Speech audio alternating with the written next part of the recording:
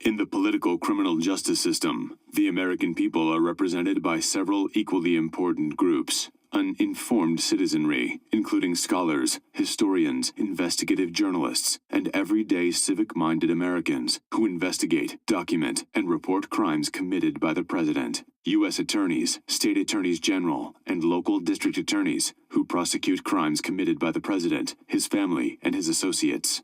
The Office of Special Counsel, which investigates and prosecutes crimes in collusion with the Russian government and other crimes committed by the president, his family, and his associates, and reports those crimes to the House of Representatives for impeachment.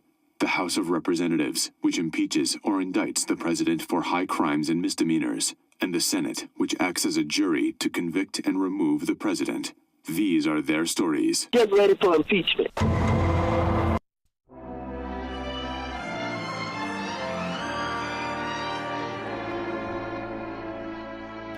Quarter before the hour. Who better to talk to with all the developments this week, literally all the developments even in the past 24 hours, than Scott Dworkin at Funder on Twitter. Scott Dworkin of Democratic Coalition. Scott, run a little behind schedule. Sorry about that, but glad to have you, man. How are you this morning? I'm doing well. How about yourself, Mark? I'm good. I know you're doing well. Seems like, a caller called this morning early and jumped on me and said, you've been talking about this for 2 years and nothing's happened. I'm like, where have you been? Everything we've said over the past 2 years, Scott, has pretty much come to fruition, hasn't it? Yeah, it has. It has. It took a little bit longer than we thought, but that's because it's bigger than we ever thought. Yeah. Remember, I first started talking about this with 65 indictments, I believe, and we're at 35. So, I mean, we're going to head north of 100. Right. Here. This is really the biggest scandal that's ever happened in American history. Well, and not only that, was interesting, just in the past 24 hours, we know two new things. Three new things. One, that Trump was actually in the room when the hush money conversation regarding National Enquirer went down, correct? Correct. And Michael Cohen just told George Stephanopoulos a few minutes ago that Trump was the one who directed the payments very, very clearly, that he knew that it was wrong. He knew he was breaking the law when he was doing it, and he was the one who directed him to do it, but at the same time, they were in cahoots. He also said that Trump's lying about his Russian links. So that's a terrible interview to start the day with Donald. So I don't think it's looking very good for him. On top of the inaugural committee investigation and their spending there, That's right. They think that they basically paid for access where it was a quid pro quo in a lot of instances, and the money went to people when it shouldn't have. So lots of payoffs using the inaugural slush committee fund that he had set up. And the list is endless. You look at just New York State prosecutors that, they've got his foundation under scrutiny. Every single angle of Trump's life that's ever existed is under investigation right now. Well, and so you mentioned the other piece, the inaugural investigation, and I don't think anybody was really expecting that. That's in, and that's still with the feds, right? Is that with the Southern District too, Scott? I think that's with the DC. I think that's with DC. Okay. The DC district, but I'm not sure. But did you expect that? Did you think that was going to happen? Yeah. We found these. It was right around the inauguration. We found these Russian-linked donations that had gone into it, and then we saw that there were some of these oligarchs and others that were attending, and it just didn't make any sense. Why are they in the front row? Why are they having all access to these private inaugural events that cost $35,000 a head? Right. Like, what is going on here? So we started filing legal complaints and making a paper trail around it. So not surprised, just surprised it took so long for it to be announced that there's a criminal inquiry. But they usually nowadays, when they announce the criminal inquiry, that means they're actually close to being done with the investigating part, and they're ready to start prosecuting. So, I look for a lot of things to happen. My guess is the best route for Donald right now is for him to make a deal with Mueller where he can get off easier in regards to everything as long as he resigns. Right, right. No, you're right, and that's usually what happens with elected officials. The other thing that's popped up that the Daily Beast broke on yesterday, and I don't know how much you've had a chance to look into this, was that Mueller is now expanding his investigation beyond just Russia, but Trump's relationship with several Middle Eastern countries, correct? Right, the UAE, Qatar, Saudi Arabia. So in Qatar, there's a big involvement there that involves FIFA and the Olympics and a lot of different funding. And all of this seems to be linked back to that dossier in the oil deal, right? And also private deals that Cohen was the manager of. And these are guys that met around the same time as the oligarchs that were there from the Middle East. And also there were groups that were there was a proposal from an Israeli group that we still don't know who actually was running it, but their entire proposal was to troll Americans and to attack them, people who were against him.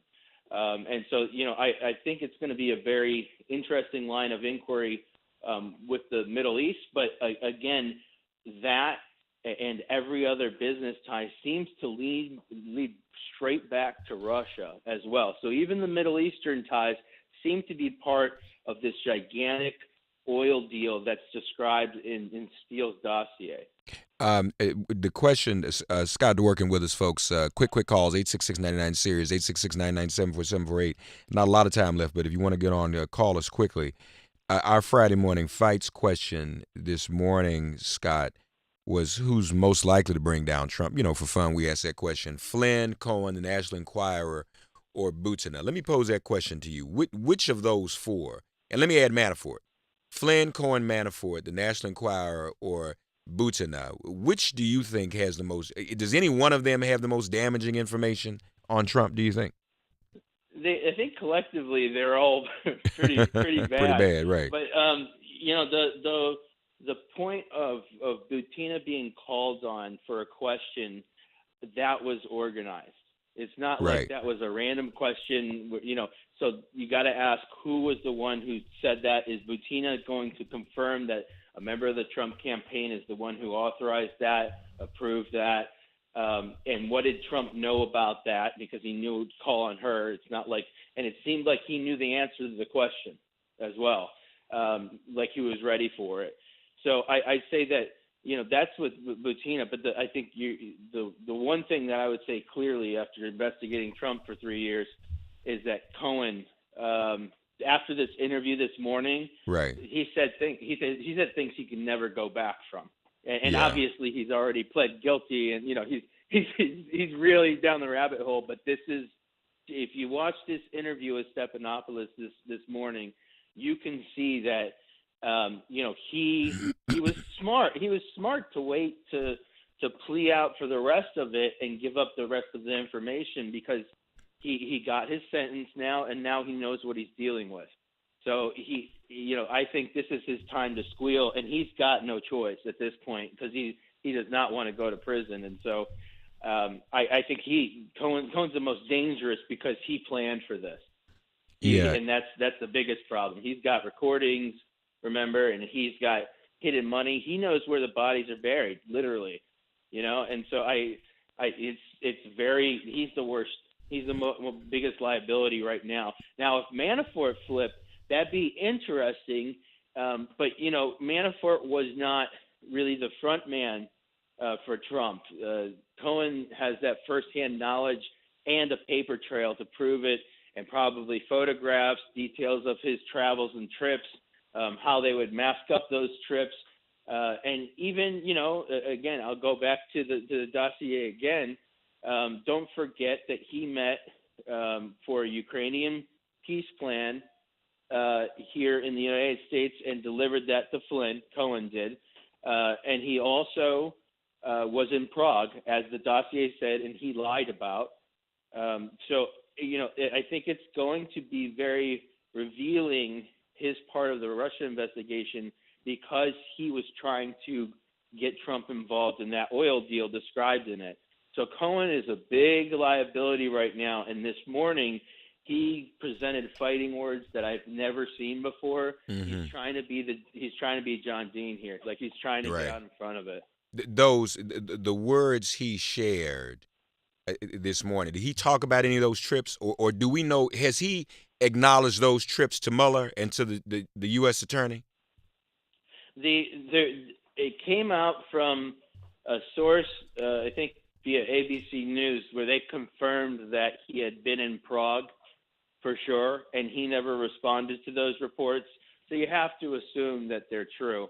It's something where, you catch people in a little lie and then you start to chip away with it. So Cohen would present a picture of his passport and said, I've never even been to Prague. Right. And then he slipped up and told the Wall Street Journal, I haven't been to Prague since 2001.